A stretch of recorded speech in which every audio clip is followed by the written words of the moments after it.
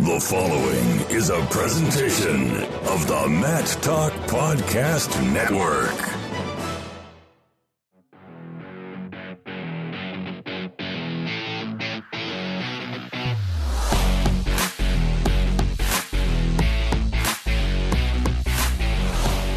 Welcome to On the Mat. I am Kyle Klingman of the National Wrestling Hall of Fame Dan Gable Museum, joined by a man who is attempting to grow a mustache like Rollie Fingers, Andy Hamilton of Trackwrestling.com. None of that's true, but I wanted to get in a Rollie Fingers reference, Andy, if you remember him. I do. Did you like the stash? It was innovative. It was unique. It was like when I think of Rollie Fingers, I think of the mustache, handlebar mustache, right? You do. So would he be comparable to Sammy Brooks? Yeah, I think mullet? so. Is he the Rollie Fingers? You know, and do you think of Sam Brooks when you think of the mullet, or do you think of Mark Ryland? Lincoln McElravy? Yeah. The reason I think of Sammy Brooks is because he made it cool. He talked about it in that interview with Shane Sparks on the Big Ten Network. That was legendary. So, yeah. So I'm still amazed that Sparks was able to hold it together. Like, kind of keep the train on the tracks a little bit. Yeah. I would have lost it. I don't know what I would have done, but he was on the fly. Shane was able to keep things on course a little bit. And is that what Shane's known for? Is that interview? Would you say? I haven't thought about it until now. Is that how he's known? Is that interview? Would that be maybe to some people? Yeah, maybe to a lot of people. Might be his calling card was the Sammy Brooks interview.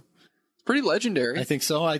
Shane posted a picture of him and Sam the other day in Iowa City in the Iowa wrestling room when Shane was down there for the AWL draft. Yeah. Fluffed and feathered Sammy Brooks. Well, the American Wrestling League did have its draft, and it was pretty interesting. I had a chance to go to it, and you had Team Dake against Team Taylor. I thought it went off very well. I thought they kept it moving. It didn't drag, and sometimes you see these Heisman Trophy shows that go a couple hours, and then they finally just have the end game, and they announce the winner. It didn't feel this way to me at all. Kudos to those guys for keeping it flowing, making it entertaining. Shane did a good job of keeping things on the mark, and I thought Kyle Dake and David Taylor are the ideal people for the inaugural team captains. And I think this is just an innovative event. We have to support this. If we care about wrestling, you get out to this event, plain and simple, Andy. Absolutely. Absolutely. I'm really intrigued to see where this goes, because there seems to be a pretty strong buy-in from the athletes. From what I've seen and what I've heard, there's a lot of guys that really wanted in on this. Now, guys coming off the World Championships, we're not seeing a ton of them. James Green, Adam Kuhn, but that next tier of guys, you're looking at the talent on the board here, and Frank Molinaro, Zane Rutherford, Jordan Oliver, Tony Ramos, Corey Clark, Nico Megaludis, Alex Deringer, Isaiah Martinez, Kyvan Gadsden, Mike Machiavello, so on and so forth. Nick Heflin. There's some really strong potential matchups in here. So that is on November 30th, the day before the Iowa State duel in Iowa City. So Cedar Rapids, for those who don't know, is 20 minutes from Iowa City, and they have an opportunity to go to both events. Do you think having the Iowa State meet the day after benefits the AWL event, the kickoff event? I don't think it hurts. I don't know how much it benefits, but it certainly doesn't hurt. And yeah, I think it only helps. I do too. Does it help? I think it will. Yeah, does it help Iowa State too? That AWL's the night before. If you get some out-of-town crowd coming in for the AWL event, they haven't seen a duel in Carver Hawkeye maybe. Yeah. Some of those people find their way down to Iowa City and watch that duel meet.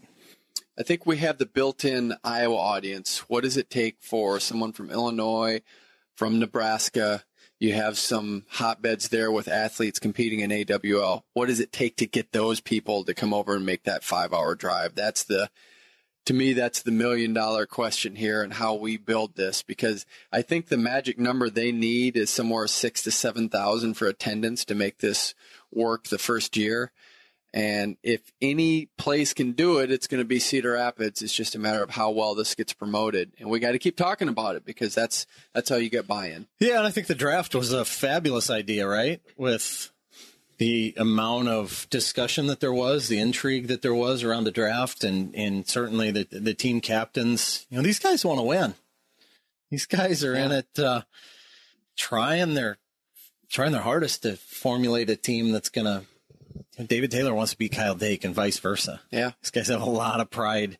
And I know that there's guys that from what I've been told, there were guys that were hitting up David and Kyle with text messages wanting in. Really? And after the fact, wanting to get in the lineup. So I think that they're on the right path, and now it's continuing to press the throttle and make people talk about it, as you mentioned, and keeping it right there in the front of everybody's mind that's coming up here in 3 weeks. And we're going to see some interesting matchups. I think Corey Clark versus Tony Ramos. Yeah. That's going to be one that a lot of people are intrigued about. Zane Rutherford and Jordan Oliver. Of course, Saturday night, David Taylor and Kyle Dake are going to declare their lineups. We'll have it on Trackwrestling. Be interesting to see if there's some movement around there, because I think a lot of people just assume that they're going to go with their first team lineups, and I don't know that that's going to be 100% set in stone. I think the way that Wayne Boyd explained it to us on the mat last week, that those Iowa guys that are penciled in, Corey Clark at 61, Brandon Sorensen at 70, Sam Brooks at 86. I think you're going to see them. I think you're going to see Kyvan Gadsden in the lineup at 97 kilos, but so there's a lot of stuff in David Taylor's lineup that looks like it could be written in ink. And I would imagine that Team Taylor's going to have a home mat advantage, going to have the crowd on their side, all those Hawkeyes and local connections there. You know, will Kyle Dake move some things around? Will Isaiah Martinez possibly, will he move up? You know, will they find a way to get both James Green and Frank Molinaro in the lineup there? It's intriguing, and I like it that they're trying to do this without the top-level guys, and I think that's really going to be a barometer of where we are with our sport. I think the turnout really is an indication of where wrestling is and what we value, and if we do value this, you have to support it. So make sure you're a part of this. If you have an opportunity to get there, you find a way to get to this event on November 30th. Think about, I want to stop you for a second, Kyle. Think about, like, what the future of this could be. If you could get 4 teams in a draft, and maybe that there's some trades going on, or maybe it's an auction. You know, think about fantasy baseball leagues, fantasy football leagues that involve the auction where you got bidding. How cool would that be? It would be awesome, and we need it. It's healthy for the sport. And these guys, I think, are on the sidelines. I think they're itching for this because they want to compete. So if you're 4, 5, 6 on the ladder, you're not getting that top 3 funding that you get from USA Wrestling. What do? You have to wait for another cycle and to see if you get on the ladder. So this just provides more opportunities, and it just makes it fun. $7,500 for 6 minutes of work. Yeah, that's good work if you can get it right. Yeah, let's. I think they'll take that deal if they win any time of the week. So let's make this work. The one thing I don't want to see happen is I don't want this to grow too quick.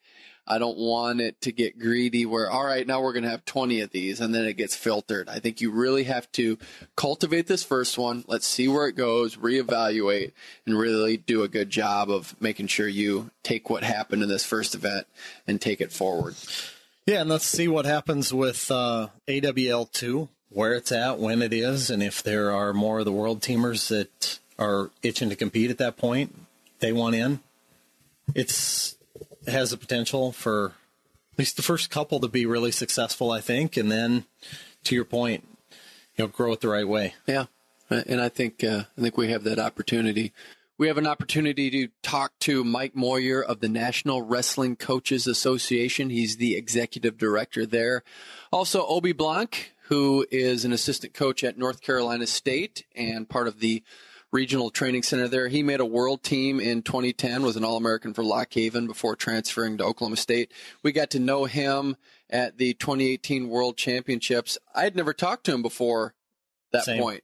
Same with you? Yeah. And clearly we both liked him a lot because we wanted to have him on the show, so we get a chance to talk to both those guys on this program, so you'll want to stick around for that.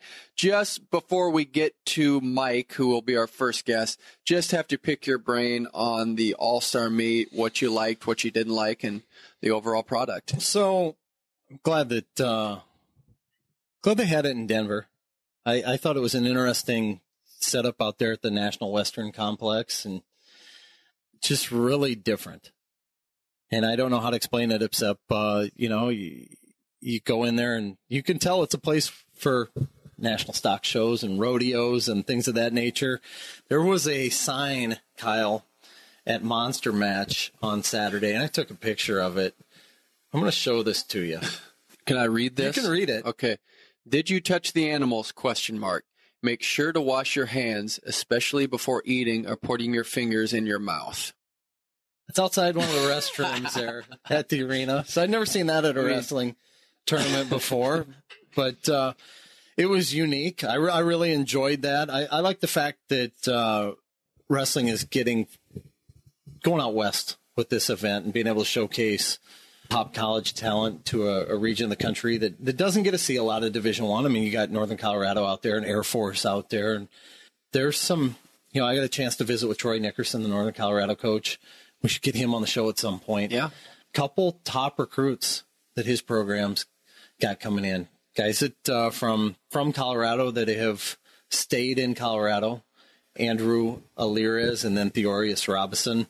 So two top-notch talents that potential to really change the face of Northern Colorado wrestling out there. So you add those guys in with guys like Colton Schultz, and then I got a chance to watch Brendan Garcia of a three-time Colorado State champ who's heading to Wyoming.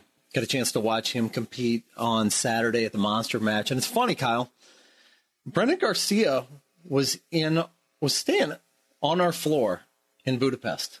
Really? I didn't know this.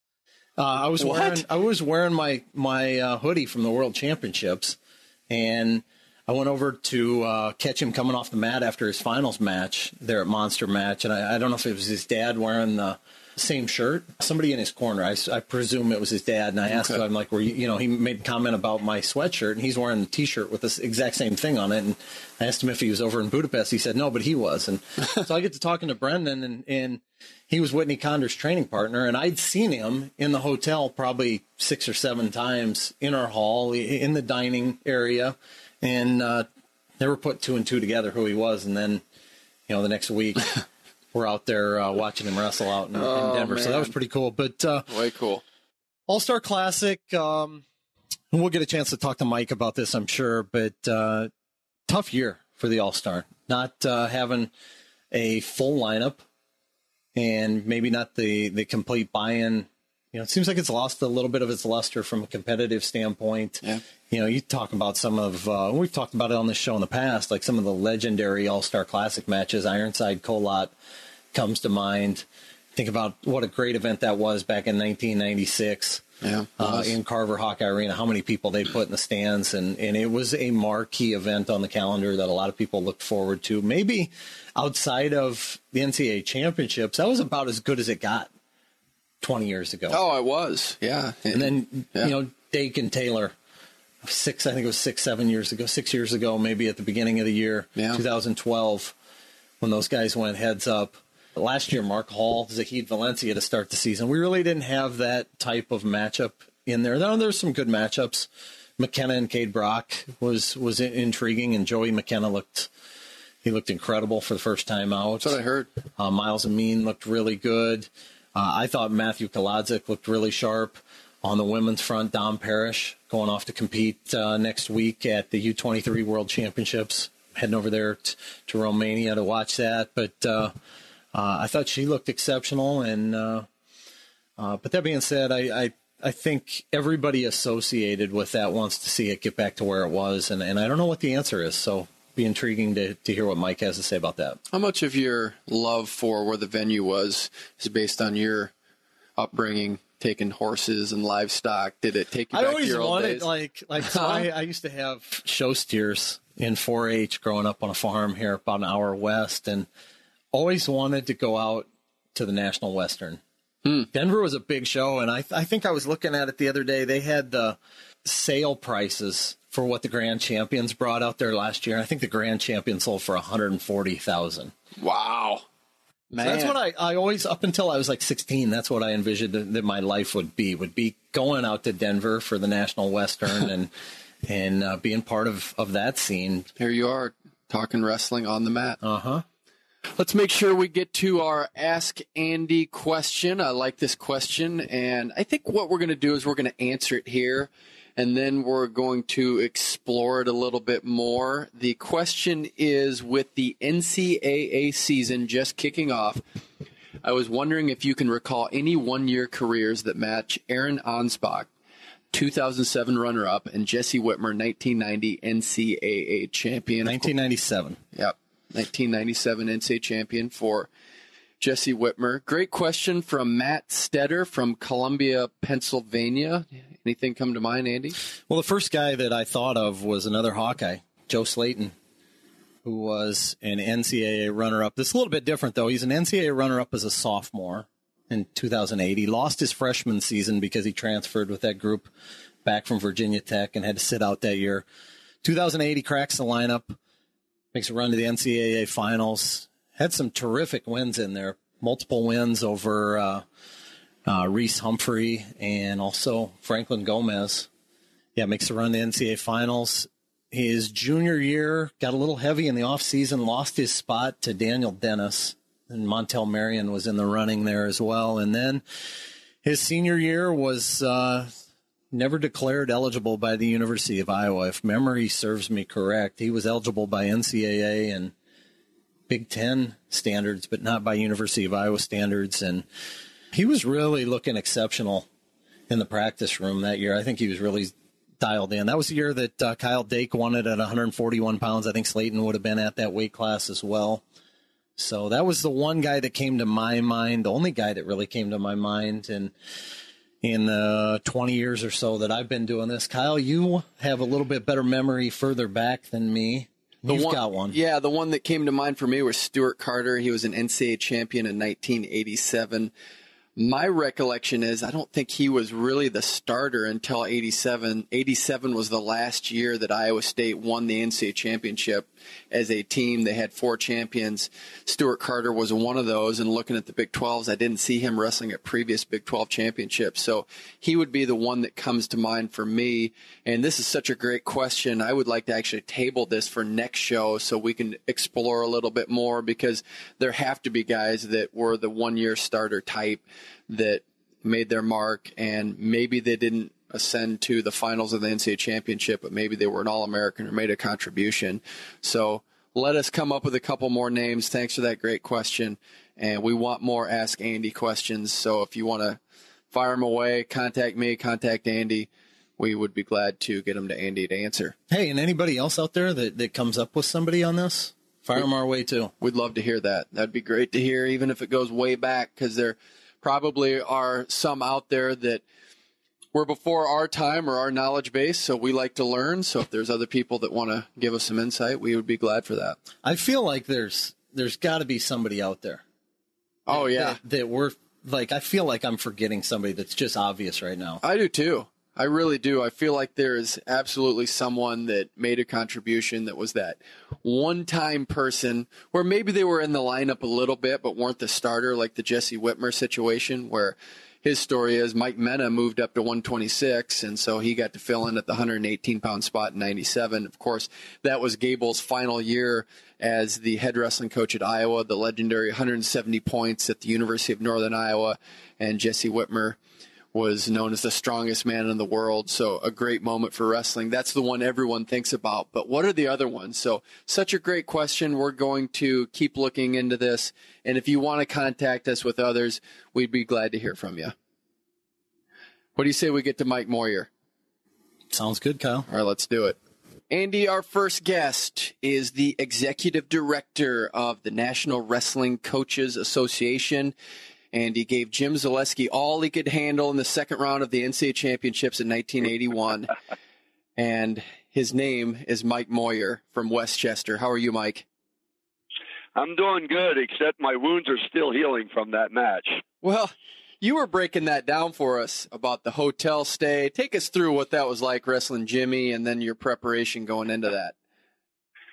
Yeah, so of course I wrestled at Westchester State College, and it's about an hour away from Princeton. So I remember I'm in the back of the van, and we're heading up Route 1, and of course the roof is falling in the van. There's probably a little carbon monoxide coming through the engine compartment in the van, and I'm thinking this is what life in the big time is like. And so we're just a couple miles outside Princeton, and the coach hangs a right-hand turn, and into the Sleepy Hollow Motor Lodge he goes. And I thought he was just kidding. It was $19.95 a night, and needless to say, he wasn't kidding. And I remember we went in 3 different rooms until we found one where the bed was made and the water actually worked. And but the heat didn't work, and so we stayed there the first night, and of course we made weight, and as a bonus, got to wrestle Jim Zaleski. So it was a few matches before that, but it was certainly an experience I'll never forget. Jim Zaleski, of course, ends up being a 3-time NCAA wrestling champion. I think he was a freshman that year and placed 5th, head coach at Oregon State now. What was it like wrestling Jimmy? How tough was he at that time? He was, I was pretty good on top. I was capable of pinning somebody that was a lot better than me. And, I think he got out in maybe a nanosecond, so that's at that point I knew it was probably going to be a long match. Yeah. And I also remember getting in on a couple shots, couple high crotches, and I literally felt like I was lifting Jadwin Jim off the foundation. I just can't believe we were the same weight. I never felt heavy hips like that ever in anyone that I've ever wrestled. And obviously he's a great competitor and a great friend, and every time I see him, I just sort of brings back those memories. It's just one very, very tough customer. Do you ever get the desire to shoot a high crotch on him, see if you can finish these days, Mike? You ever try that? I did. It wasn't long ago where he had hip surgery, and I actually did email. He asked if I could get a rematch that day. But, he unfortunately, I'm not sure the outcome would have been any different. He's still pretty tough. Well, we have a litany of questions. I don't know that there's ever been an interview where I've wanted to ask more questions from someone in the know than this interview right now. So I'm glad you're coming on, because I think you can provide multitude of answers for some of our questions. We'll start with the All-Star Meet. What it means, where it's going right now. Right now, I think it was half capacity. You had 5 men's weight classes. I like what you're doing, incorporating women into that and having a really strong women's wrestling movement, which we're excited to get to that point where the NCAA has women's wrestling. But what does it mean given the colorful past? We've had times where it's been a full boat and it was a meaningful event. It seems like it's an exhibition now, which it is. Where's the future of the All-Star Meet? Well, I mean, you bring up some great points there. This was the 53rd annual. The event's been around really a long time, and it's really been a great opportunity to celebrate our sports heroes and champions. And not only is it a benefit to the spectators that show up, but of course, Track Wrestling streamed it live, so you have that audience. Fox College Sports the first airing will be on a 2-week tape delay. I think they have something like a potential universe of 54 million homes, and then they'll rebroadcast it a minimum of 10 times. But, the event really gives us an opportunity to speak about the renaissance within the sport of wrestling. It gives us an opportunity to tell a much larger audience that, we've just helped to reinstate 215 new college wrestling programs since 2000. And, we now have 14 states that are going to sponsor either a state championship or a state invitational for high school girls wrestling across the country. And, there's so many really, really good things happening in our sport. One of our other objectives, of course, is we're working with USA Wrestling to get NCAA emerging sport status for women's wrestling. And the more that we can put these, tell this story to an audience beyond the wrestling community, the more it just contributes to this incredible growth that we're seeing. So it serves a lot of purposes. I might mention another purpose is an operating division within the National Wrestling Coaches Association is the Wrestler in Business Network. And essentially, we're starting chapters all around the country. And these chapters are comprised of business leaders that come from the wrestling community. They could be officials. They could be parents of wrestlers. It could be, retired wrestlers. And the whole idea is we're trying to inspire wrestlers to do business with wrestlers and inspire wrestlers to hire wrestlers. And as wrestlers benefit professionally and financially from being part of these chapters, they'll have more discretionary income to donate back to the sport of wrestling in their community. So in Denver's case, we just got a brand new Denver chapter off the ground, and they had a very prominent presence at the event. And it really was, the All-Star Classic was somewhat of a rallying point to galvanize that chapter. So, I mean, I could go on and on and on with opportunities that result from this event. But at the same time, one of the challenges is that the wrestling calendar has gotten very, very crowded, and there's more and more high-profile dual meets happening even now.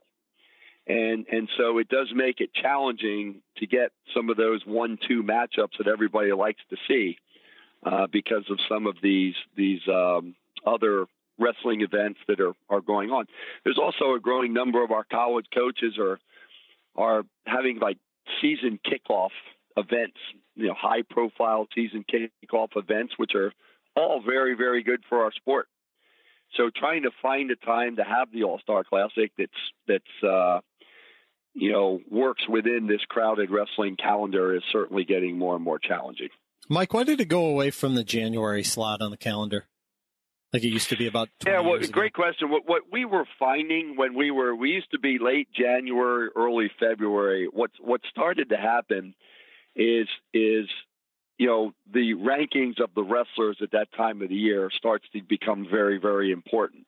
So as you can imagine, at that time of the year, the number 2 wrestler really can't wait to wrestle number 1, but number 1's not in a big hurry to wrestle number 2.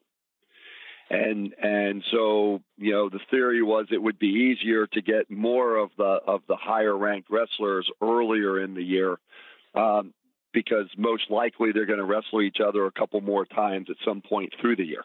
Not always the case, but many times that's the case. Mike, our studio is about 1 mile from one of the greatest events that used to take place. It was called the National Duels at the Unidome. And across that dome, you had every division competing, women's all the way up to Division I. That event is no longer here. Number one, why did that event go away? And number two, what do we have to do to bring something comparable back? Yeah, I mean, that's a great question too. We still have part of that event that's still going strong. It's the multi-divisional national duels. It's in this year. It's January 4 and 5 in Louisville, Kentucky, and it doesn't have a Division I component. It's got Division II, Division III, NAIA, junior college, and women. And I'll tell you, it's one of my favorite events. And I know last year I think we had 85 teams total in the event, and something like, this is an exact number, but it's close. I think something like 45 of those 85 teams that were in the event have been established just since 2006.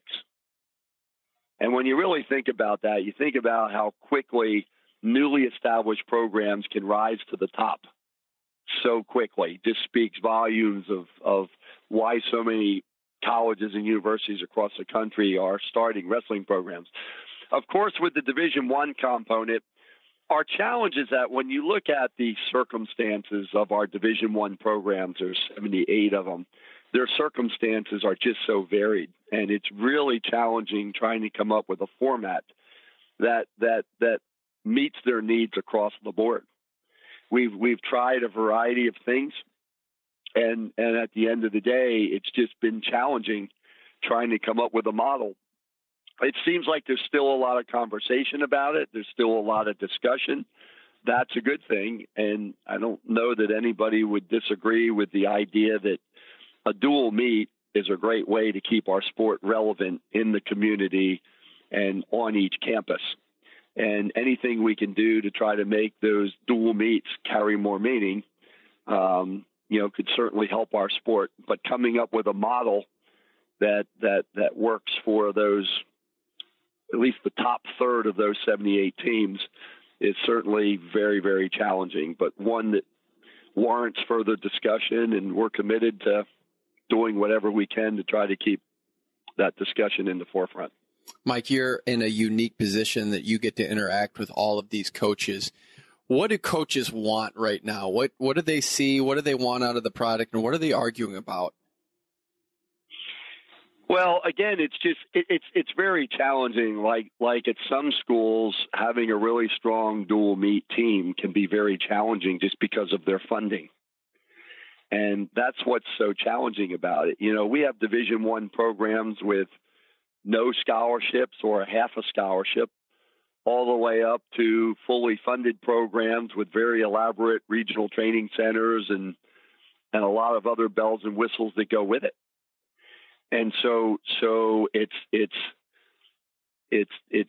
not exactly a level playing field when you look at the 78 Division I programs that we have, and it's just trying to come up with a format that we can get everybody to buy into. And I've been doing this since 1999, and we've tried a lot of different things. But for the future of our sport, we need to keep after it. I do know we have this Blue Ribbon Task Force, and it's comprised of high-level conference administrators and athletic administrators and all kinds of experts out there. And there's still a lot of discussion about a national dual concept. And just, by the way the NCAA moves or operates, I think a lot of times things move slowly on purpose. And while we like to get things done as quick as possible, it's not always a bad thing when things move slowly, and sometimes it increases the likelihood of getting it right. But we just need to keep talking about it. We need to, be very inclusive in the conversations, be very transparent, and can only hope that we can eventually arrive at a format one day that everybody supports. It always hurts when a college wrestling program gets dropped, and whenever that happens, it seems like Title IX always gets thrown out there, the legislation that came into play in 1972, just saying that there had to be gender equity. How much of that is realistic? Do we use Title IX as a scapegoat? Take us through why colleges drop wrestling programs. Well, what's really interesting is I've got a bar chart here that I'm looking at, but if you look at from 2000 to 2010, on our best years, we lost about half as many programs as we added. And on our worst years, we lost more college programs than we added during that 10-year span. In 2010, we implemented this CEO Leadership Academy for our college coaches. We provide 100 full scholarships a year for deserving men's and women's head and assistant coaches to go through this comprehensive training program. And it took a couple years to really get this implemented. But if you look at this chart from 2012 to today, our successes as defined by new programs added has been between 15 and 30 new college programs a year. But our losses have been diminished down to 1 or 2 or 3 a year for the most part, speaking generally. And so what I've come to realize is that there's just no substitute for having a really big pool of well-trained coaches that have these really strong CEO skills. The technical, tactical parts of it are very important, but it's equally important that they have the fundraising and the marketing and the promotion and the way they interact with their administrations and their college presidents and all of those things. And so I'm very encouraged that we're on the right track. I don't want to suggest that every program was dropped because a coach wasn't a good steward of his program, but clearly a lot of them were. With Title IX, one of the greatest opportunities we have right now is the emergence of women's wrestling. And when we were working with one of our most recently added programs at Presbyterian College, the first school ever to add a men's and women's Division I program together, the president and athletic director said very clearly, if it wasn't for the ability to add women's wrestling, there wouldn't be a men's program there. So it's very important for the wrestling community at all levels, the youth level, the high school level, the college level, that everybody really gets behind the women's wrestling, because that's great for the women, but it's also going to open up a lot of opportunities for more men's programs. How long before we see a sanctioned NCAA women's program? Well, the minimum threshold we're trying to get to is 20. Now, there are some other elements that have to be in place, but based on what I see happening now, it looks like we're gonna blow right past 20. I'm hoping that by the end of this year that we have somewhere in the neighborhood of maybe 25 intercollegiate women's wrestling teams out there. Now, I said there are some other caveats as well. They got to have so many matches, and they got to have budgets. They got to have schedules that meet certain minimum requirements. But I really believe we're well on our way. Of course, the NAIA is sanctioning a national invitational this year, so they're at 25 teams. They've crossed that threshold. Once you get past 20, then the next critical threshold is 40. And once either the NAIA teams or the NCAA teams get to 40, then for the most part, there are some other elements that need to be in place, but then it becomes a national championship. So we just... it's challenging because you got to make sure that while you're adding all new college programs, we have to make sure that the high school participation is keeping pace. And we also have to make sure we have an ample number of coaches, of well-trained coaches, both at the high school level and the college level. So it's a little bit of a juggling act, but I really like the direction this has gone, and it's going to benefit. For sure, it's going to lead to a very bright future in our sport. Women's wrestling competes under the freestyle rules. Men's wrestling is the collegiate style that we have. When do those worlds collide and administrators say, why do we have two different styles? Why don't we just have one? Is that going to happen at some point? Yeah, you got a lot of great questions today. So the challenge at the high school level with the freestyle versus folk style for the girls is that many state high school athletic associations have in their bylaws requirements that to start, before they'll sanction a state championship in any new sport, a certain percentage of their member schools have to have a team.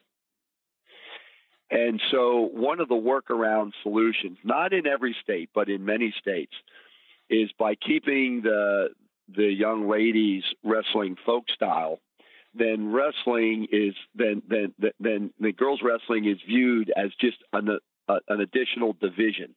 So you could have AAA boys, AA boys, single A boys, and girls, and it's all viewed as the same sport. And many of these state associations have sort of used that as a way of sanctioning a state championship for girls faster. And so I think if the goal is to get it sanctioned as quickly as possible and grow participation, keeping it as folk style is absolutely the right thing to do.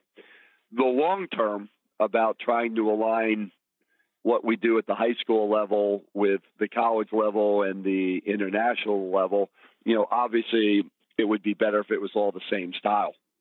But that's probably the biggest complexity of trying to start out in the high school level as freestyle. Once it becomes an NCAA sanctioned sport, or at least an emerging sport, at that point, women's wrestling will have a wrestling committee just like all the other sanctioned sports have, and they'll be the ones that determine the roles and the rules and the policies. And it will be interesting to see if it stays freestyle or sort of goes folk style or something in between. I think one of the other challenges with freestyle as it relates to our governing bodies, whether it's a state high school athletic association or the NCAA, is that sometimes freestyle rules can change very frequently. And our governing bodies, for the most part, aren't really set up for frequent rule changes. In fact, with the NCAA, the rules only change once every 2 years. So it can be challenging sometimes for the NCAA, the NAIA, or the National High School Federation, even if they wanted to keep up with the frequent changes of international rules, if that makes sense.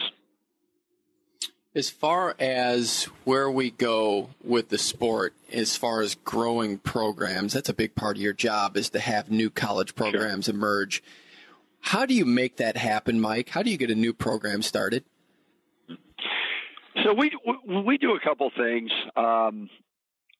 One of the things is every October we send a letter out to every college president and athletic director, thanking those that sponsor wrestling and encouraging those that don't to please consider doing so for a laundry list of compelling reasons. And just off that letter alone, we probably get 50 calls from athletic directors. Because what's really driving this is student loan debt it's just escalating through the roof. And now there's more and more pressure from online universities around the country, where you can now get your degree a lot more cost effectively. You can actually have a full-time job and get your degree on the side. So our value proposition to these college presidents is if they don't offer these extracurricular activities that are important to the students they're trying to recruit, the students are either going to go somewhere else that does, or they're going to get their degree in a very non-traditional way. So enrollment is really what's driving a lot of this renaissance that we're seeing. So on average, about 5% of high school athletes in most sports have a chance to play their sport in college. And for wrestling, it's about 2.3 to 2.4%. So when a director of enrollment management or a college president sees that, what they're thinking is, wow, I could have 40 to 50 students paying tuition, room, and board that I otherwise wouldn't have if I didn't have a wrestling program. It's also great that wrestling's a relatively inexpensive sport. We have a relatively low cost per student athlete. So that's pretty compelling as well. We have case studies at the Division III level. We have a case study that shows a Division III program that added wrestling actually netted over $1 million by the third year, because at Division III they don't have athletic scholarships.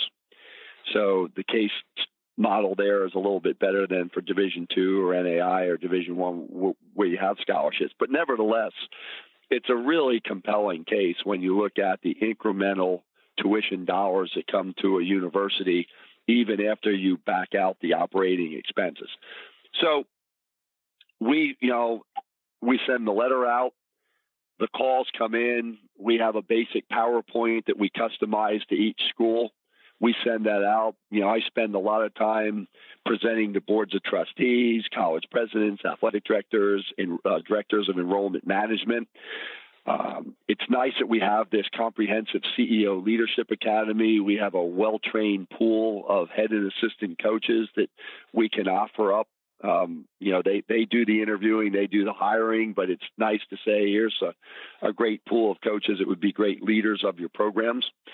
In many instances, we provide startup funds. This year that we're just entering into, we helped to establish 26 intercollegiate wrestling programs in all levels, men's, women's, Division I, II. In fact, two of which were Division I programs. And, collectively, we helped to raise about $1.7 million just in startup funds to help get those programs off the ground. We have our partner at Adidas. They'll donate a set of singlets for a new program. And so we just want to make it as easy as we possibly can for an administration to say yes.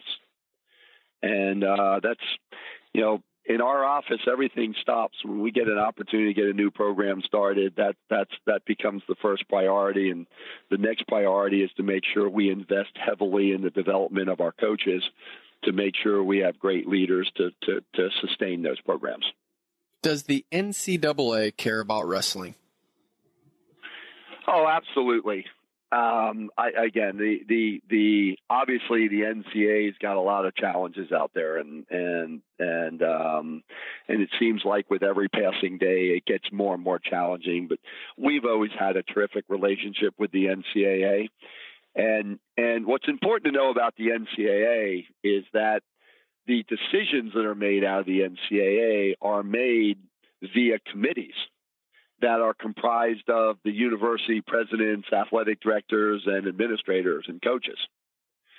So a lot of times when we say the NCAA, we're really talking about the administrators and the coaches and the academicians on the college campuses across the country. Those are the ones that are making the decisions. So, I mean, you look at the crown jewel, the NCAA tournament we have is just fantastic. It's a spectacular event. But the NCAA, for it to do what it does, it needs the support from the administrators and the coaches. Mike, we need to pitch an idea by you. Andy Hamilton over here, he's got this great statistical mind. He's a baseball fanatic, and so he's really imparted his ways into me about statistics. And I always like statistics anyway, but he was digging down into some of these statistics that baseball have, like ERA plus, wins above replacement. And so we were brainstorming ideas on a statistical category for wrestling to enhance the sport so that there's a way to follow wrestling in a way that's different than just wins and losses, pins, major decisions, tech falls, and so on. We have an idea called Point Differential Index, and we'd like to run it by you to see what you think and see if we can implement this somehow at the NCAA level so that we can just have this statistic out there. It's very simple. If you win by a point, you get a positive point in your PDI. If you lose by a point, you lose a point. The maximum number you can get for a technical fall is 21. So if you're up by 14, you get a 6-point near fall and a riding time point. That means you win by 21. So a fall is worth 22 points. So if you get a fall, that means 22 points into your PDI. If you lose by fall, it's a negative 22. We just think this is a way to enhance the sport, to show how dominant a wrestler is. And we'd like to eventually to translate that into dual meets, where right now dual meets don't have a grand conclusion. So why not have cumulative scoring in dual meets? So a lot to throw at you, but initially, what are your thoughts on PDI as a statistic for wrestling? Well, it sounds like I need to get my colleague Pat Tossey involved. He's the statistician around here. He's the guy that had close to a perfect on his math SAT scores. Okay. But I love innovation, and I would agree with you. I think statistics. I mean, if you open up any newspaper and in the sports section, almost every article is built around nothing but statistics. And that's why, we want to provide tools and resources to our coaches to make it easier than ever to capture these statistics, because I absolutely agree. If we want to get the media to write more about our sport, we have to spoon feed them. We need to make it easy for them to access this kind of information. So, I mean, that is a lot of information to absorb in 2 or 3 minutes. But I would say on the surface, without giving it much thought, I love the idea. I mean, we need that kind of innovation. We need, as I talked about earlier when we talked about the how different many of our Division I programs are funded and what their circumstances are. It's very possible that there's just some other way of doing this that we haven't thought of. And so I applaud you for, it doesn't surprise me the two of you would come up with something like this, but these are the kinds of things we need to be thinking about and talking about. Yeah, and I just think from a spectator point of view, when you have your program in front of you and you see a guy that has a 23-3 record and maybe he has a low PDI and maybe it's a 4, and there's a guy with a 20-10 record and he has a PDI of 8, you get to really get a picture of what this guy represents when he goes out on the mat. So it's about domination. It's about scoring point. And we just want a system that encourages that rather than discourages it. Mike, we want to see right. And anything you can do to encourage scoring points is always a good thing, and encouraging pins is always a good thing. So I don't see how we could go wrong in that regard. Yeah, Mike, I was going to say we want to see a 7-0 win in a dual meet count for more than a 3-2 tiebreaker win? Mm-hmm. Yeah, and take us through that. It's a feast or famine. So we always use the example of Kyle Dake and David Taylor wrestle each other. One of those guys is coming out with all the points in a dual meet, and the other guy is coming out with 0.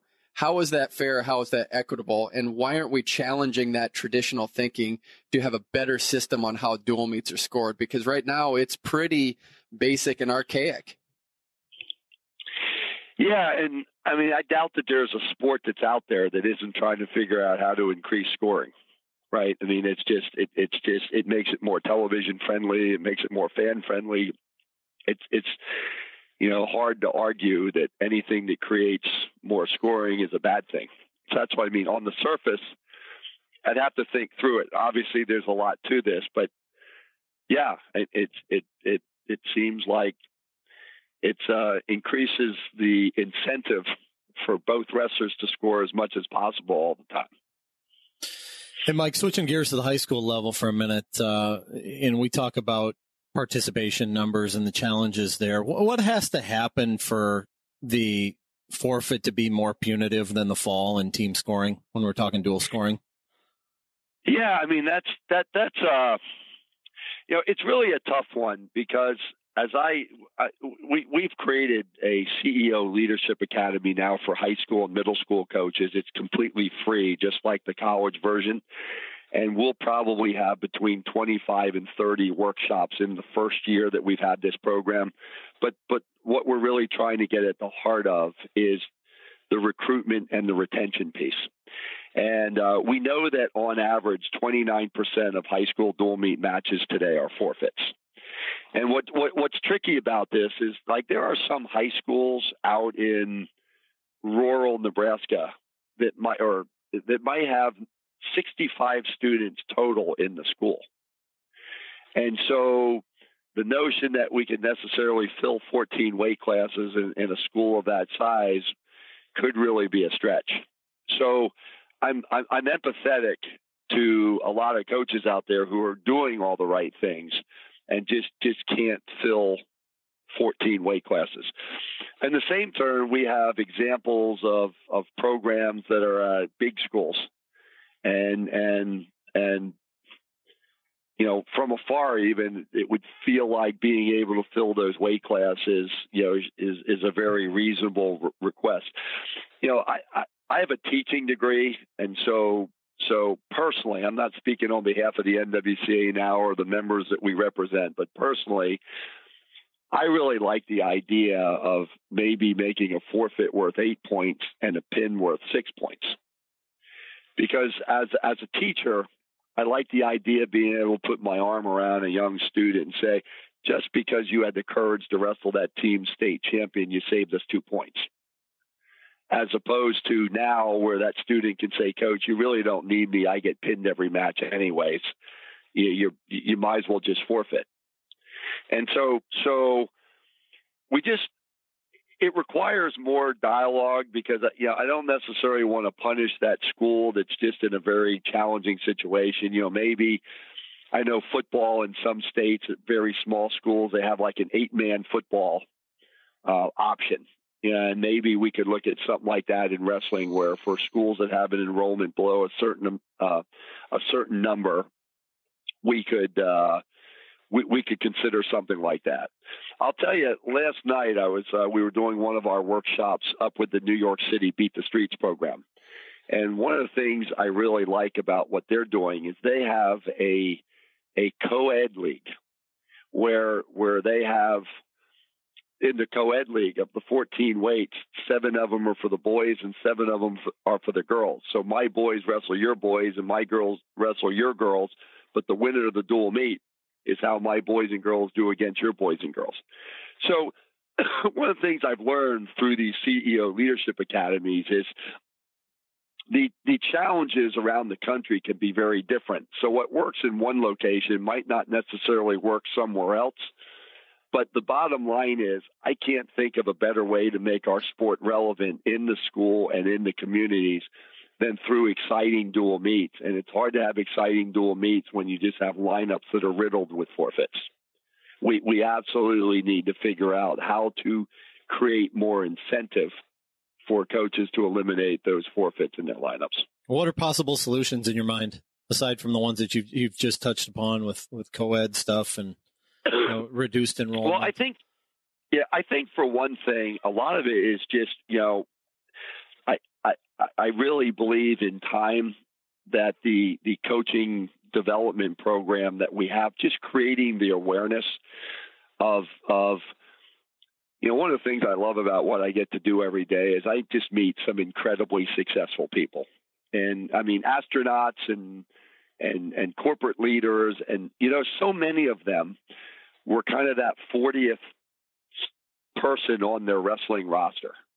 And they attribute so much of their personal and professional success to the life's lessons learned through the wrestling experience. And it feels like today that our best wrestlers are better than ever, but the delta between our best wrestlers and our average to below average wrestlers is just widening. And we have to just do a much better job of helping our coaches strengthen their recruiting skills. And that's, we're in this partnership with the United States Marine Corps right now. I got to go through their recruiting training program about a year ago. It was one of the most unbelievable experiences I ever had.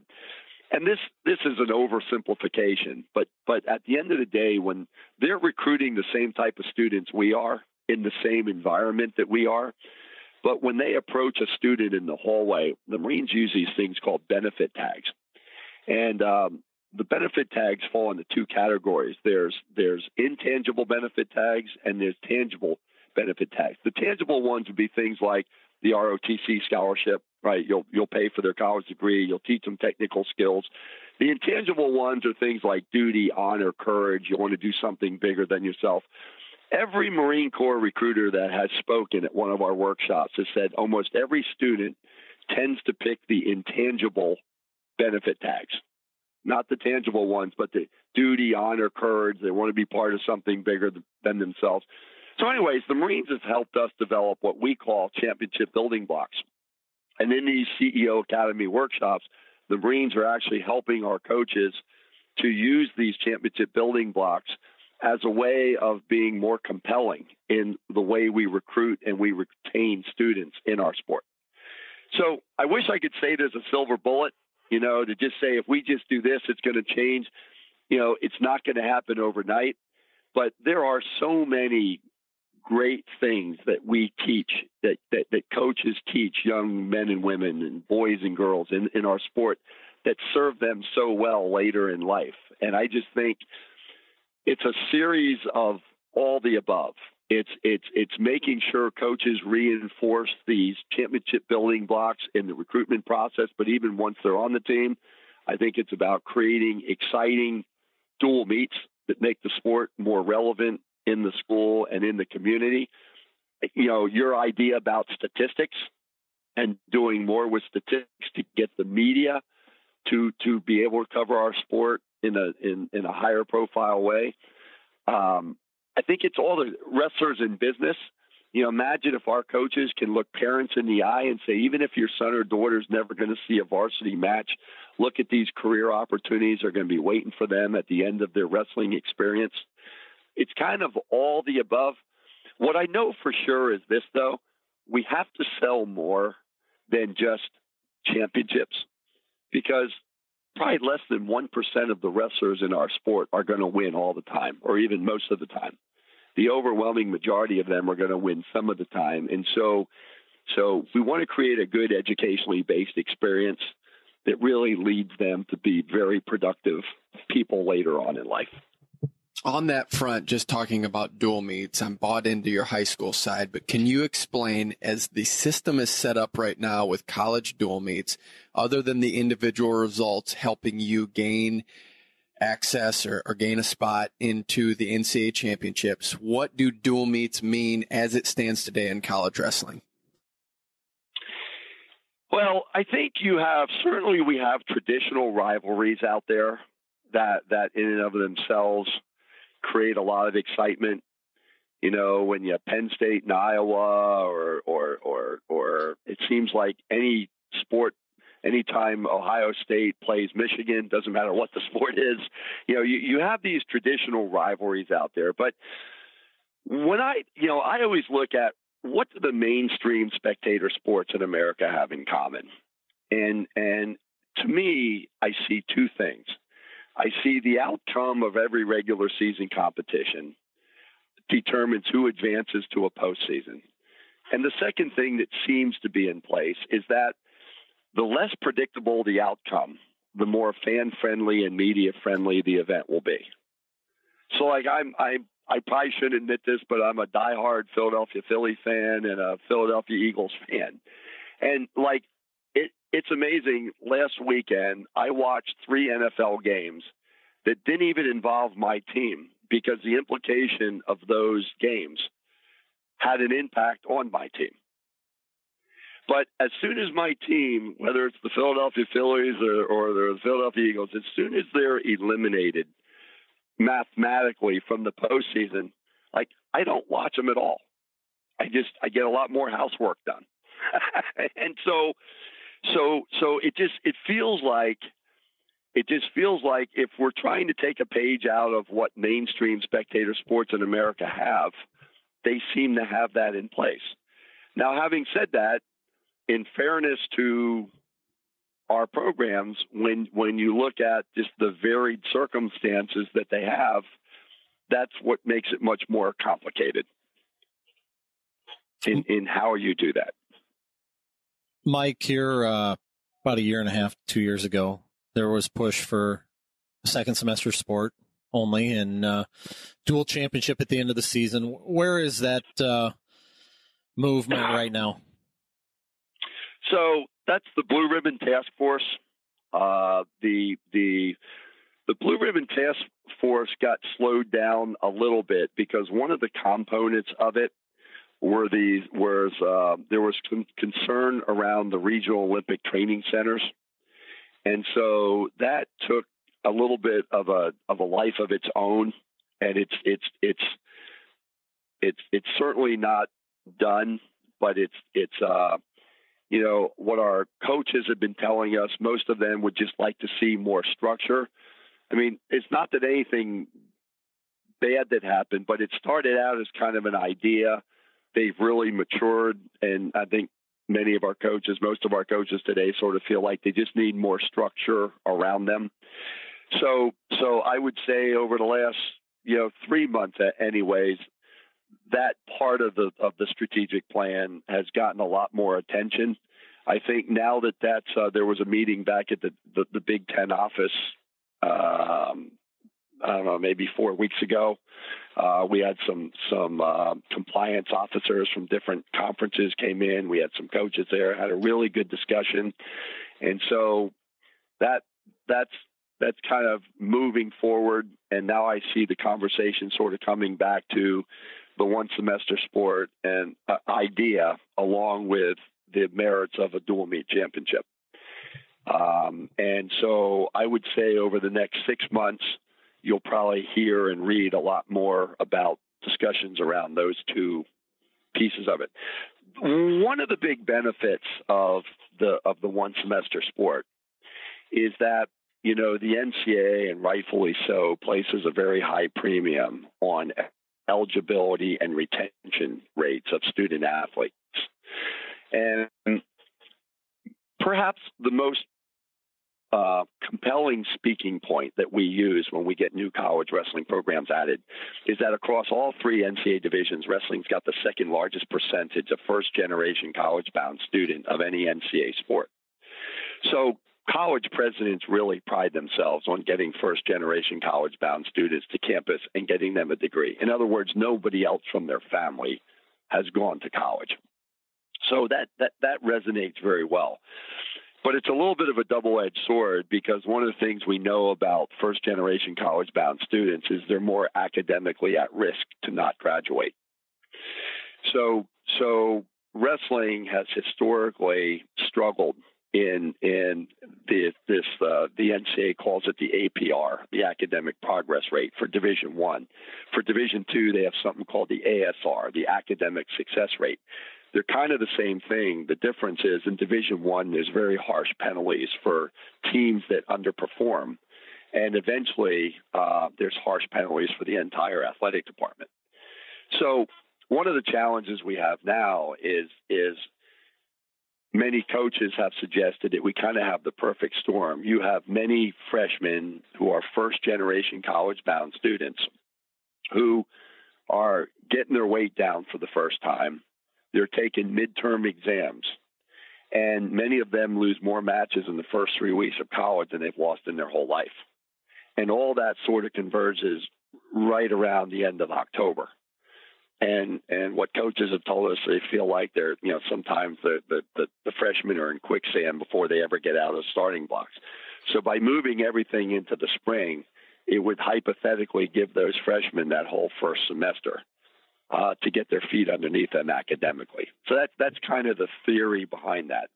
The counter to that is you just have to be careful that you're not putting more competition in a shorter period of time and creating the unintended effect of that. So there needs to be more discussion around there, but generally speaking, the coaches, it feels like more and more of them see the merits in trying to push everything forward. We're seeing so that's probably the Blue Ribbon Task Force will they'll have healthy discussion around that, as well as this dual meet component, and there'll be a lot more information coming out about both of those over the next 6 months. We're seeing more transfers than ever. What are your views on that, Mike? Yeah, well, having I coached at George Mason University for 10 years, and it's you try to do everything you can to recruit students who are going to be just a good fit for your campus. But you just never really know until they get there. And it's really challenging. I mean, on one hand, it makes sense for, if the student doesn't like it there, if the student athlete doesn't like it on campus and it's not working out, why in the world would you want to keep them there? On the other side of the coin, though, sometimes, coach invests a lot of time and energy and resources into recruiting that student athlete, and the student athlete veers off course and the coach disciplines them, and the student can just leave. That's where a lot of coaches have angst. And it'll be interesting, to say the least, to just see how it goes. This would be the first time through with this. So, I know everybody's watching to see what happens, and, I'm not sure what's going to happen. Hey, in any given day, your waking hours, how much do you spend on the phone? A lot. I spend a lot on airplanes and a lot on the phone. I bet. But I have to tell you, it's wrestling is something I'm just so incredibly passionate about, and it just doesn't feel like, it's just, this sport has given me so much, and I'll never be able to give it everything that it's given me, but it's great to be able to be around the wrestling community, every day and celebrate the successes and problem solve when we need to. And you're part of the solution, man. Look at this. In 1981, your opening round match against Rob Albert, the 10 seed from Clarion, you put up 14 points. That's a nice number. That's what we're talking about. We want those scores. Particularly after spending the night at the Sleepy Hollow Motor Lodge and getting the McDonald's Big Mac right after weighing. You're putting on a show for the fans, man. Thank you for that. Thank you for that. And thank you for coming on the show. We had tons of questions, and we appreciate you answering them all wholeheartedly. And we look forward to learning more from you here in the coming years. We look forward to getting more programs back, and we appreciate all you do to make that happen. Well, Kyle and Andy, thank you so much for what you do, and I'm honored to be part of it. Hey, thanks, Mike. Okay, bye now. All right. Thanks to Mike Moyer for his insight on the landscape of collegiate wrestling. Fascinating what he had to say. and it sounds like there's some concepts on the horizon. We just have to get people behind it, and that's way, way easier said than done, Andrew. Absolutely. Absolutely. Trying to get a bunch of wrestling coaches to agree on anything is a challenge, right? It is, but if there's anyone that understands the dynamic, and you heard that in the interview, Mike Moyer has the pulse on everything that's going on in college wrestling. We see things through a certain lens, but he has a lens where college coaches have an idea on what they want to see happen, and he has to, in a way, formulate those ideas into a collective narrative, and that's an extremely hard job. So kudos to Mike Moyer for taking the lead on that. Really intrigued to see where college wrestling goes in the next 10 years. And we're talking about 78 programs right now. You think that number is closer to 75 or 90? I'm going to play the optimistic card. I'm going to say 90. Okay. I don't know why. I just see with some of these programs that are adding and the women's wrestling movement, I just see some positive things happening that, as he mentioned, the Presbyterian situation where they said the only reason we're bringing on men's college wrestling is because you have a comparable women's program. And so I think the more we can do that, I think women are going to lead the way. And instead of going backwards and saying we need gender equity, we can say now we have a solution. So you're saying if we set the over-under at 82.5, you're saying you're taking the over? I'm taking over. Okay. Yep, I have to. I have to believe we're going in the right direction. I feel like there's momentum. I think there's a ton of good things. Eastern Michigan derails me a little bit on that argument. That's a painful one, but I think with Cal Baptist adding, Presbyterian adding, Little Rock adding, I just think there's some good things. So you giving me an 82.5 over-under for 10 years down the line. So if we're talking in 2028, that's going to be my barometer if we're still talking in 10 years. Yeah, 2028, are we going to see, and we've heard some talk, people shooting for the moon, hoping that 2028 with the Olympics in LA that we see USC or UCLA on the board. That would be pretty cool, wouldn't it? Are you going under? I don't know. It's just really difficult, right? I mean, it is. Like, you're not just talking about, like, think of all the work that goes into adding programs, and that's not even including the numbers that, we may lose a program or two or three or four along the way. I don't know. Yeah. I hope you're right. Yeah, I do too. Let's hope for that.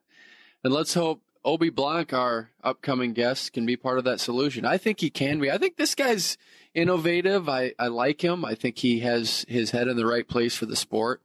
And I'm glad we get a chance to chat with him after some great conversations at the World Championships. Yeah.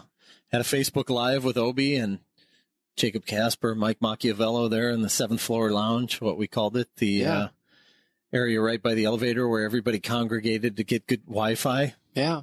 Funny guy. He's engaging. I think he has a great personality that I hope a lot of people will find out about. Does a great John Smith impersonation. Yeah. And absolutely. I'm just glad we get to have him on the show. Our second guest today was an All-American for Lock Haven before transferring to Oklahoma State. He made a world team for freestyle for the United States in 2010. Now he's part of the Wolfpack. He's an assistant coach at North Carolina State, and he's part of that RTC.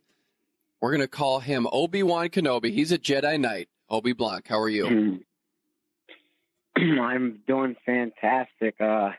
Honored to be on the show. Well, you really came up with the Jedi Knight reference. You called your former coach John Smith a Jedi Knight. What qualities do you have that make you a Jedi Knight? Master. Oh, okay. So he's the master, you're the knight. What makes you a Jedi Knight? Oh, I don't know. I mean, you guys are kind of giving me the name, so you probably have to come up why. I don't like to brag or anything. but I don't know. Maybe if John's the Jedi Master, his former athlete, or probably the Knights, I would imagine, right? I'd like to think that's so. the easiest way to put it in the term.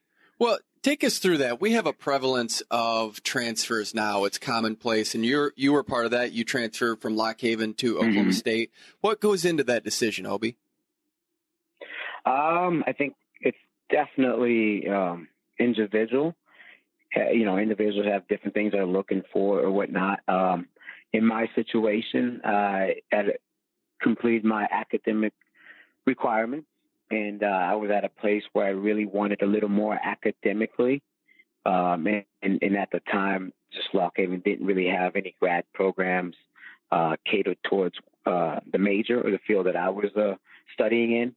So I decided to look elsewhere, and also look at places that has a little bit more resources and opportunities to be competitive. And really, that's what it came down for me. I just didn't want to waste that last year, my senior year, taking like a class or two and just competing. I decided to start working towards my master, and that was a big factor in that decision for me. Compare and contrast programs like that with Lock Haven going on the rise. They want to get to that level. Oklahoma State's been there 34 times. What's the difference between those two programs? Oh, man. The biggest thing, obviously, is right off the bat is the resources. When you're looking at number of coaches in the room, when you're looking at budget and teams that you're able to see in that way, sometimes you're able to see a little better competition as you're able to travel further and whatnot. But I would say those were the two biggest things, with the number of coaches that are able to work with you and resources, whether it be facility, ability to travel during season, out of season. Those are really the biggest things I saw right off the bat. Just sometimes the smaller schools doesn't always have the ability to, just take off and go from coast to coast because their budgets aren't as big and things of that nature. Being at North Carolina State, you're trying to get there. You're trying to win a team NCAA championship. You had fourth last year. That's a huge step, but climbing up the ladder, getting to that top spot takes a ton of work. How do you get there? What's the formula of success to be able to get to the top? So just one of the things I already talked about was making sure you have the coaches and the resources. And I think we've reached that to where we are at the same levels with the teams that took third, second, and first. I really believe we have the same amount of resources. And now the next thing is making sure we have the right type of, horses in the stables, right?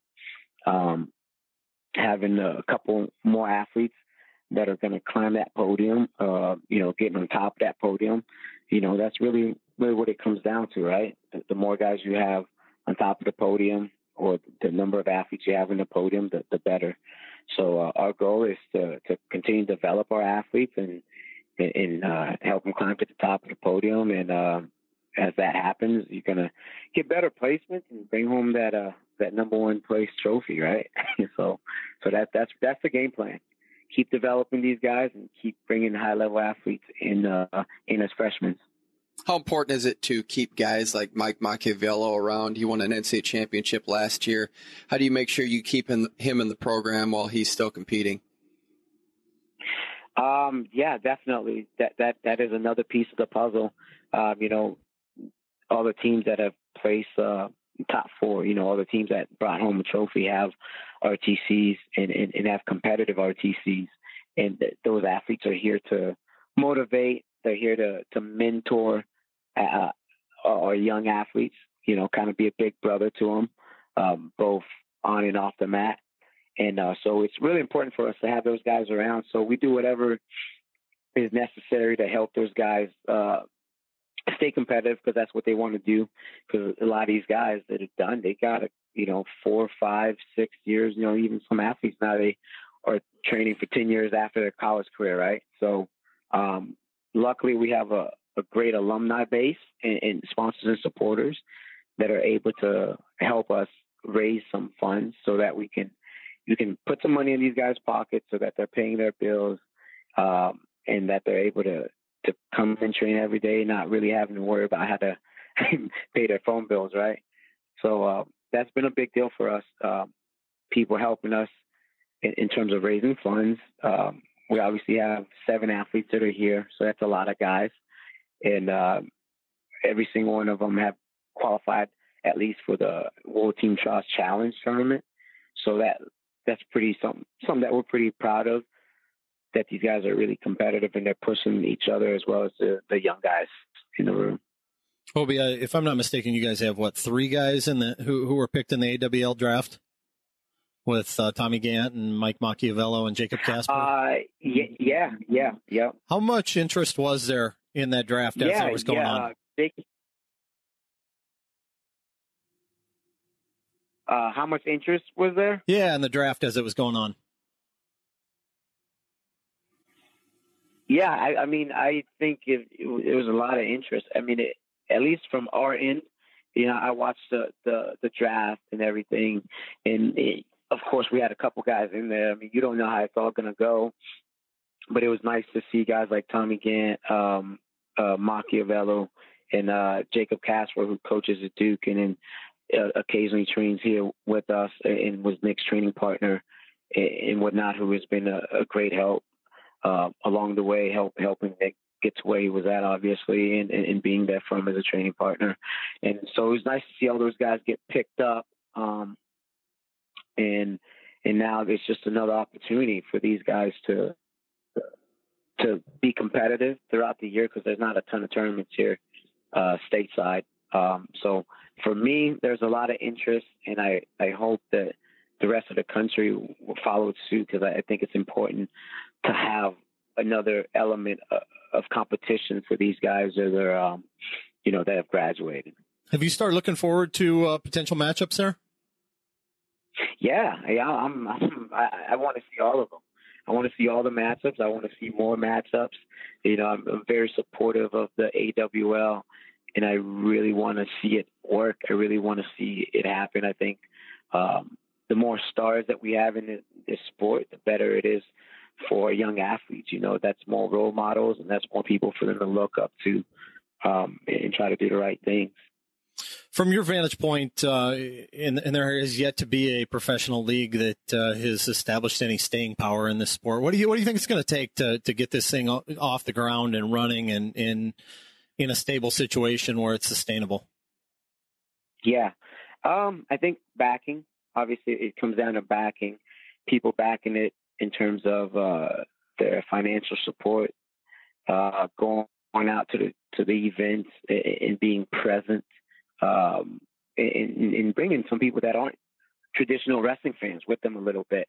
I think it's going to take a little bit of the whole community aspect, being invested in it all, and really working hard to make this thing sustainable. And I think it might not be smooth right off the bat, right? And I think the staying power of the whole wrestling community, kind of sticking through for a couple of years at least, and lending support. I think that's what it's really going to take, because usually what happens is something comes out, there's one event, there's 2 events, and people kind of stop supporting it. So I think its ability to survive is dependent on the fans and supporters, and having a little bit of resiliency throughout the good and the bad. So most organizations take a really, really long time before they really hit it big. UFC took a really, really long time until it became what it is now, right? So I think that's really what it's going to take.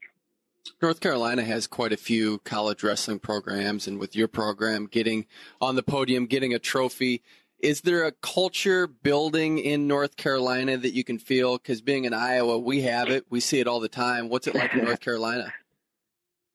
Yeah, I definitely feel like that's the situation, especially down here in Raleigh. I know our fan base are really into it. We had a wrestle off or exhibition type of event right before the Florida State football game, and we had a great turnout because we kind of coincided with the football game at the indoor facility there, and a lot of fans showed up for that and watched before the football game. And 2-3 years ago, you wouldn't see that many people show up and participate. So I definitely think we have a great base here. I can remember 2 years ago, we had some events to where, there are lines around the building. So that's exciting. I think the other schools are doing a great job taking the social media and getting out there and doing events on campus, around town to promote their program. The good thing is, I think all these universities around in the state, we're all highly competitive, the coaching staff and everything, and we're willing to do whatever it takes to grow our team in the sport around our general community. So every year the turnout is better and better. Obviously, it's going to take a little bit of time to build it to where it's at Iowa, because you guys do it one of the best, in terms of promoting the sport and whatnot. But I think we're on our way, and we're excited about the challenge, and we're excited about growing a fan base here in this state. A couple of years, man, it's going to be awesome. It's going to be really fun for any team that comes to the state of North Carolina to compete.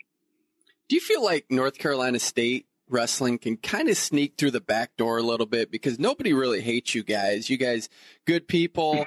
You're not the Big Ten. You're not in the Big 12. Not a traditional power. Do you feel like that's a little bit of an edge for you guys?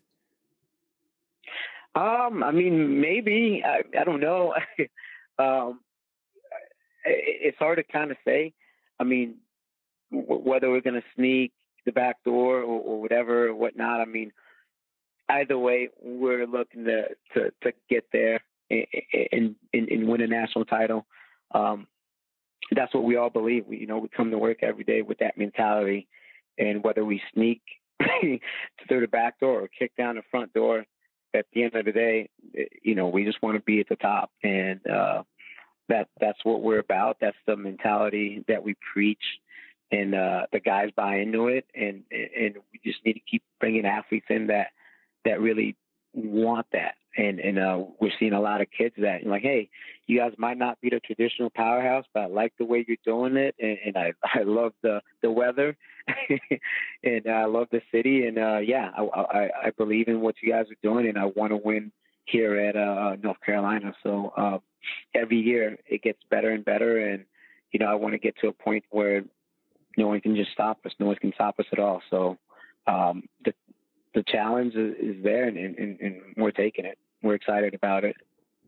Andy and I had a chance to get to know you at the World Championships, and one of the things that became clear is that you want to make a contribution in any way possible. When someone says, I just want to give back, what does that mean to you?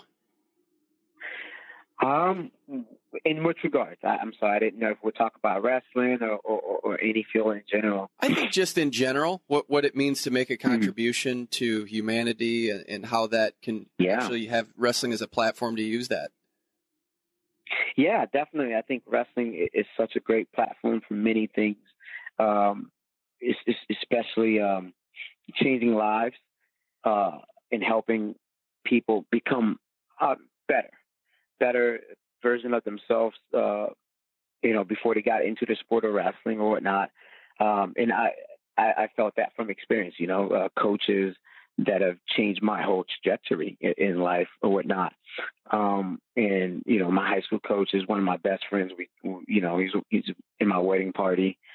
We talk every week and whatnot. But I do think this is the kind of sport, because it's so emotional. Everything that you do in wrestling, you use your body to score points, right? In a lot of other sports, you're shooting a basketball or football or whatever, you use your body to score the points. So everything we do, when we go home, we're still in the sport, right? So you get to feel all the emotions and everything. And so that makes you feel really connected as a community. Every person that wrestle, they go through that grind together, no matter how talented you are. There's a certain grind that this sport has. So it kind of brings you a little closer to that cerebral aspect. And I think, as coaches, we have such a big impact on individuals. And at the end of the day, when we coach or you volunteer, whatever, back to the community or teams, I think you help individuals become better people. Because in the sport, it's tough to do the wrong things and still win. So, when you lend your time, you just you're giving back and making sure that the next generation is better by your experiences, by just lending time, listening, working with them. I really think that that's a big aspect of our sport because, like I said, no matter how talented you are, there's such a big amount of hard work that goes into it. And at some point, giving back is one of the most fulfilling things, right? No matter how many world titles you win, helping someone become a better person or better athlete has such a great fulfillment. Yeah. You were born in Haiti, and you have indicated that you want to go back and contribute there. What's the timeline look like for that for you? How do you want to get back there and contribute? I have 2 kids now, 2 daughters, and they're quite young. So I'm, doing a lot of things with them in terms of help them develop as people, and I want to be there with them and for them. And so the amount of work I want to do in Haiti, that's something I see. I'd probably say that's something after 5 years or so. I'd like to really get intertwined into that because it's one of those things I feel like if you're going to make that commitment, you got to be all into it. And that's for me is probably that timeline. About 5 years from now, I really want to get active and helping people better themselves, whether that's, creating jobs or towards the education route. Yeah, that's something that's I'm pretty passionate about. And I just really right now I'm in that phase of trying to figure out where my contribution is going to be. How do you get other people to understand that aren't part of that hardship? Because it's impossible for us to know what it's like to live in Haiti and not have water and food. How do we connect with people so they understand what those challenges are? Man, that's a great question. I think relationships, are really the basis for all that. Because I think at the end of the day, you might not care about Haiti, but let's say you know me, and I believe in it and what I'm looking to do. That way, I can get you involved based on you knowing me, and then from there, you kind of start to learn about what I'm trying to do, what the individuals there are going through. And then that relationship grows from there. And then that's the way I think people start to learn is relying on their relationships. And from there, the doors kind of open because me just telling a random stranger, what these people are going through here and there, it's tough for them to care. But since you know me and I explain it to you, that's the best way for you to kind of understand and care a little bit about it.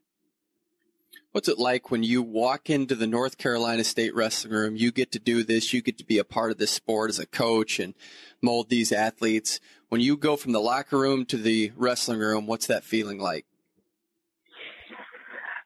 It's a fun adventure. And, we try to keep things light, before practice and after practice. And then in between all that, there's that period where it's just a lot of hard work, right? But the cool thing is, that everyone there is like-minded. They signed up for it, and they're looking forward to it to becoming a better person, better athlete. And so that in itself is pretty fulfilling and inspiring. Like, all right, it's time to go. Let's get better today. I think that's one of the greatest things, is being a human being. Like, hey, today's Wednesday. I can work hard Wednesday and be better on Thursday. So that for me as a coach is really fulfilling, helping somebody achieve their goals or whether they achieve it or not, right? But helping them do the things necessary to achieve those goals. Obe, Bonet Rodriguez just won a world title at 35. You're just 33. How much do you have left? Oh, man, you just outed me. The guys that have a running joke. They say, man, you're like a vampire. No one really knows what your real age is, you know, because sometimes people will see me and they think I'm one of the guys in the team. So it's kind of funny. There's so much commitment to being an athlete, and there's another level of commitment as well to being a coach. I just, for me, that competition phase, I think is pretty much done, man. There's so much excitement helping athletes achieve their goals that you get a certain fulfillment as a coach as well. So I really love what I'm doing, and I really love helping develop people and seeing them achieve something that it kind of feels like I'm competing myself. So I think I'm good where I'm at, man. It's impressive that guys like Moyer are able to keep doing it and being successful. And, I feel good at physically, but right now I'm really liking helping people get on the podium and achieve something. It's kind of fun. Obe, you hear it all the time. Every coach says it's harder to coach than it is to be a competitor, because when you're a competitor, you get to just focus on yourself. But after being at the World Championships, I'm not so sure, because the level of commitment to get to that high bar is unbelievably hard. Do you subscribe to that it's harder to be a coach? That coaching aspect of it, yeah. Well, part of it is, almost everything those athletes go through, you go through it as a coach too, right? And then at the end of the day, there's that other aspect of trying to lay out the plan, right? And helping them be successful, whether it's pushing them, whether it's like pulling them back. Sometimes, hey, you just need to rest your body. You just need to relax and rest. And getting the athletes to trust in the whole process. That's a whole nother thing. And then there's that wave of making adjustments as the season goes on. There's just so much element that people don't get to see, because they only get to see the competition. And as a coach, you got to sometimes get your guy going, especially if it's an upset. And then, it's like, hey, I'm done. I'm not as good. And you got to get that guy to believe that he could come back to the tournament and take the next best thing, which is that third place finish. So, so you got to get yourself going and your athlete. And that can be tough sometimes.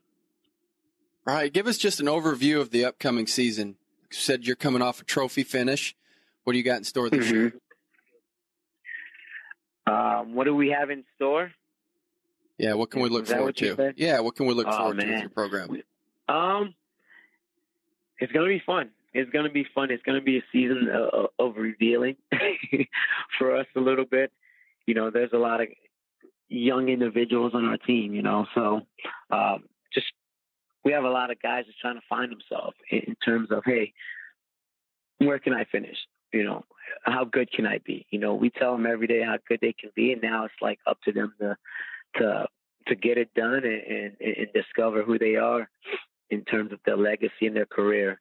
But yeah, we got a pretty competitive schedule, and we'll be at it here this weekend at the Journeyman Tournament, and there's a lot of competitive matches throughout the brackets, and really that's going to be one of the first ones where we have some of our major athletes in it, and really just get to see where it all goes. We got Ohio State towards the end of the season. That's a big one that I'm looking forward to. We got Nebraska coming up here in December. I'm really looking forward to that one. So in between, we got a whole bunch of competitions that are really tough. For me as a coach, I don't sit there and try to predict a lot. Yeah, we're going to do this, we're going to do that. I kind of treat everything on a weekly, monthly basis of, hey, this is what we're working towards. We're going to focus on that on a weekly basis, and we're going to pace ourselves towards the finish. And when that time comes, when it comes to being your best, that's where we're going to be. I, tell my guys all the time, I don't care how good you are in November. No one cares, right? At the end of the day, the biggest thing for us in this sport is March. What you do at the NCAA tournament And everything that we do is geared towards being ready for that tournament. Kyle, you going to let Obe get out of here without asking him the two go-to questions? Oh, man. I'm glad he brought that up. Holy cow. Oh, man. I'm kind of scared. No, you shouldn't be. The first one is super important. It's, what are your thoughts about soda? Oh, man. About soda? Yeah. Or pop. Yeah, soda or pop. Really, that's the debate. Is it soda or is it pop? Geez. I like soda, actually. I do.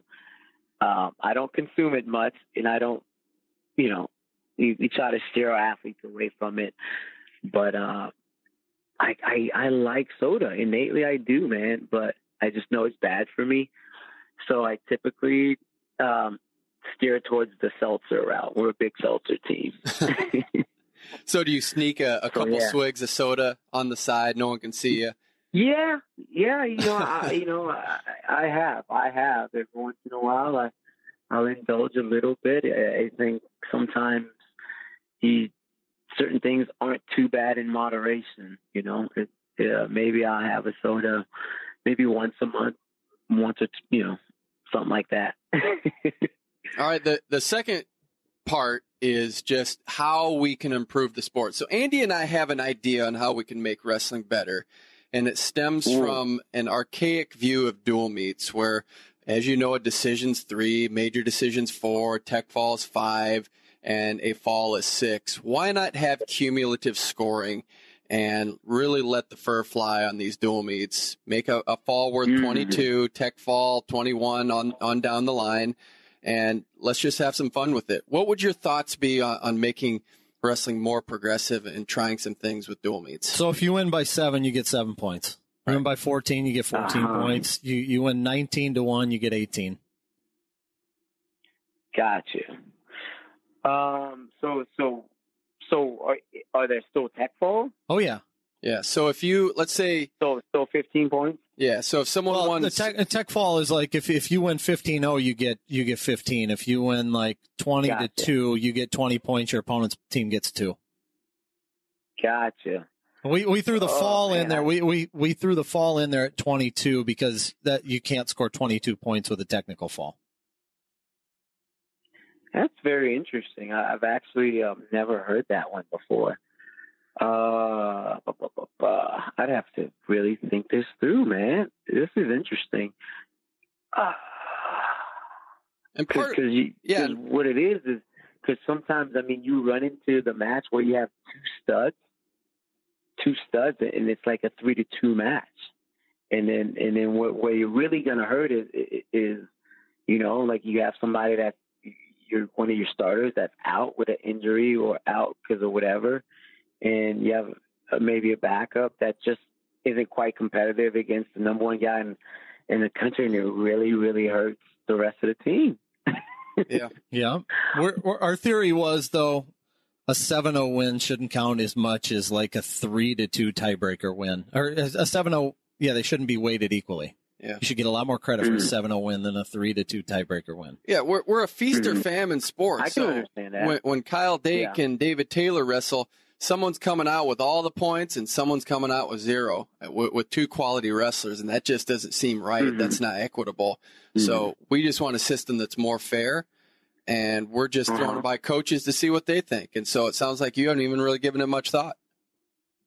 No, I mean, to be honest, I typically haven't really thought about the scoring thing as much. I've really just been really big on the dual meets thing, deciding who wins the team national title. That's really what I've been really big on. I've been big on sort of like the basketball tournament kind of a deal. And I'd open it up to 32 teams, open it up big to where big schools, small schools, and you have regional sites, and you open it up that way. And then you still have your individual tournament later on. If a guy wants to be a 4-time national champ, you could still do that. I just feel like there's such a big affiliation with an institution as to where I might not be a wrestling fan, but if I see, John Doe University is competing in a tournament to be the NCAA tournament champion, I might follow it just because I have an affiliation with that school. I graduated there, and something about that just appeals to me a little bit more, as opposed to just a tournament to where people might not just be into watching the tournament unless they went there for that event.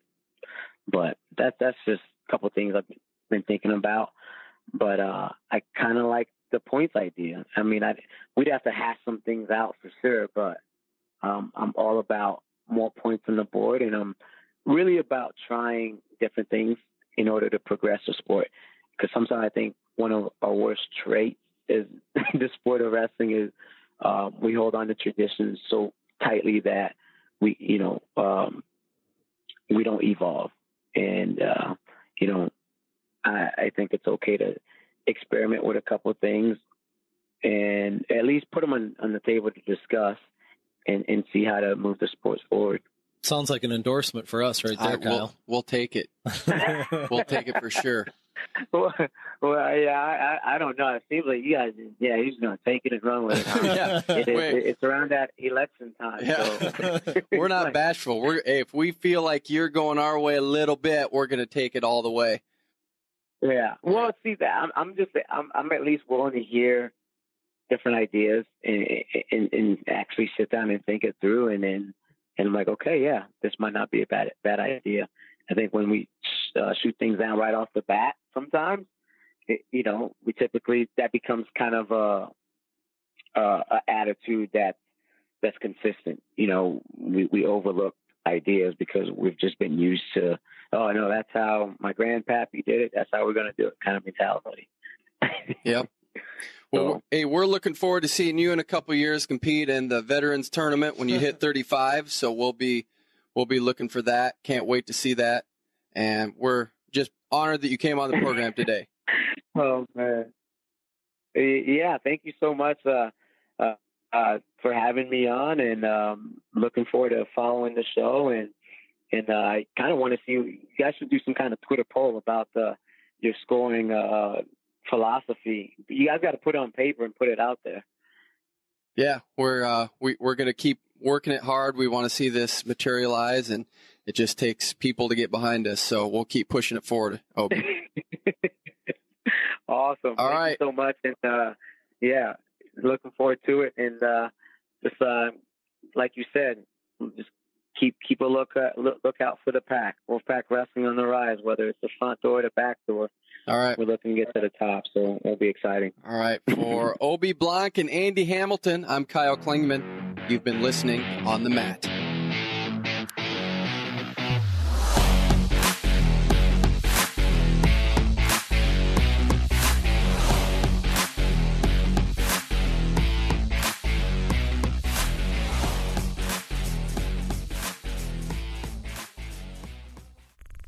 This show is part of the Matt Talk Podcast Network. For more wrestling podcasts, head over to MattTalkOnline.com.